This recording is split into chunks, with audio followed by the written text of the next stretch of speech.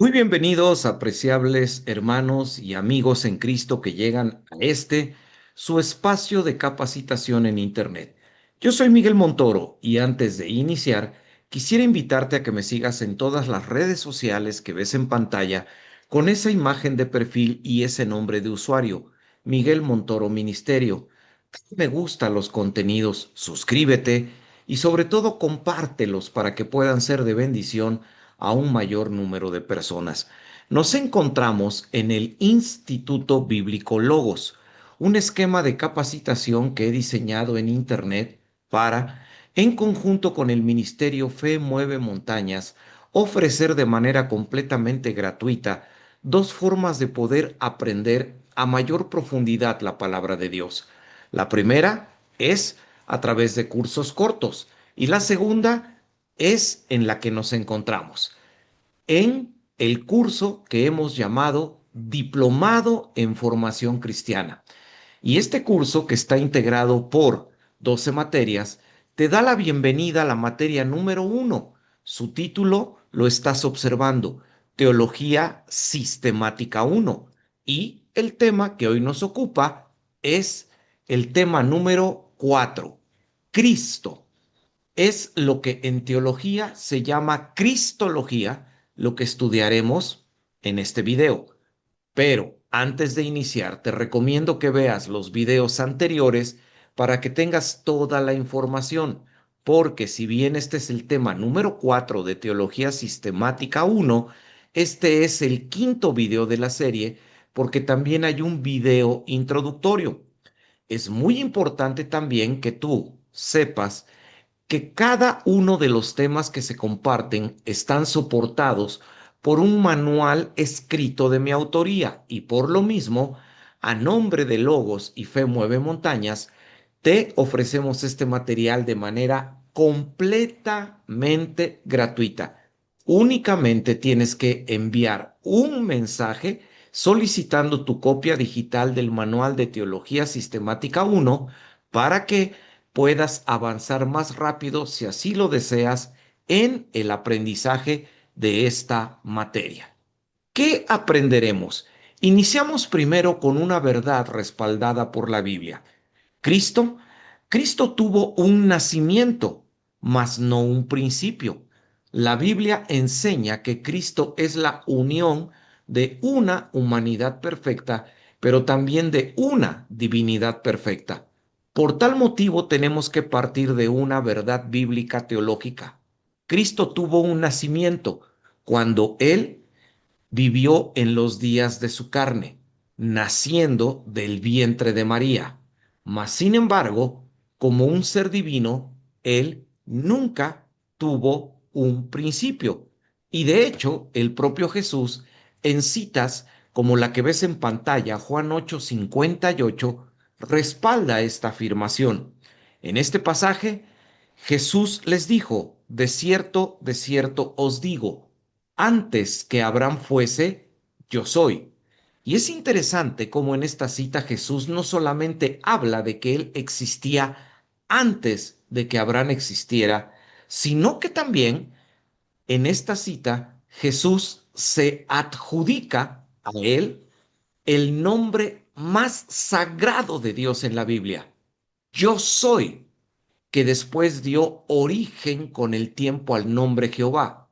Así que Jesús se adjudica el nombre sagrado de Dios, lo que a los oídos de mucha gente de su tiempo sonaba blasfemo, porque él no solamente se decía hijo de Dios, sino que él mismo se hacía Dios.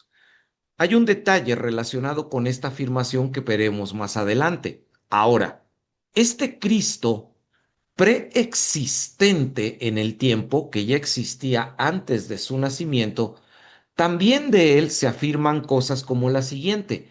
Observa lo que dice Filipenses capítulo 2 versículo 8. Y estando en la condición de hombre, se humilló a sí mismo. La Biblia entonces enseña que Cristo es preexistente, que ya existía antes de su nacimiento, pero que Cristo irrumpe en la historia humana pero haciéndolo de una manera que la carta de Pablo a los Filipenses la retrata con la palabra humillación. Cristo se humilló. Cristo, toda su divinidad, la traslada a toda su humanidad. Perfecto hombre y perfecto Dios. Así que Cristo, en los días de su carne, renuncia de manera voluntaria al uso de todos sus atributos y cualidades como Dios para poder vivir como un ser humano y cumplir así la función que Dios le había dado. Así que, para el mundo cristiano, como puedes ver en pantalla, Jesucristo es el Mesías de Israel y también el Señor y el Salvador del mundo. Ahora bien, el Antiguo Testamento, en citas como las que ves en pantalla, Miqueas capítulo 5 versículo 2 e Isaías capítulo 9 versículo 6, nos enseña claramente que el Mesías de Israel no está sujeto al tiempo.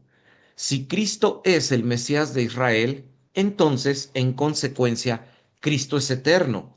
Pero debemos quedar claro o debe quedarnos claro que no solamente esta afirmación es cierta, sino también, como ves en pantalla, Cristo es preexistente, pero humanamente hablando, Cristo tuvo un nacimiento.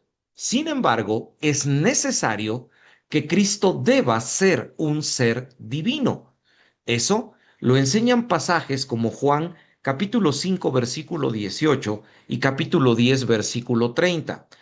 ¿Por qué Cristo tenía que ser divino? Aunque lo veremos dentro de unos minutos, es importante entender un episodio donde Cristo, mientras se encuentra en su juicio religioso, dio respaldo al hecho de que Él era divino. Cuando Cristo está siendo enjuiciado, el sumo sacerdote le dice: te conjuro en el nombre del Dios eterno a que respondas si en verdad tú eres el Hijo de Dios. Y Cristo vuelve a responder usando el nombre del Dios eterno, el único nombre con el cual Dios se autorrevela en las Escrituras. Jesús contesta: yo soy. Y eso produce un escándalo en quienes lo estaban enjuiciando, porque, como decíamos hace unos minutos, Cristo no solamente decía ser el Hijo de Dios, sino que también Cristo decía ser igual a Dios, algo que es necesario. Hay pasajes en la Biblia, como los que tú ves aparecer en pantalla, Mateo capítulo 20, versículos 63 y 64, Romanos capítulo 9, versículo 5, y el pasaje ya visto de Filipenses 2:6, donde se respalda la divinidad de Cristo, una verdad teológica indispensable a la hora de estudiar la Biblia. Ahora, no solo las declaraciones bíblicas afirman que Cristo fue perfecto hombre y perfecto Dios, sino que también las acciones de Cristo revelaron su divinidad. Veamos algunas de ellas. Por ejemplo, en Marcos capítulo 2, versículos 1 al 12, Cristo dijo que Él tenía el poder para perdonar pecados, algo que solamente podía provenir de Dios.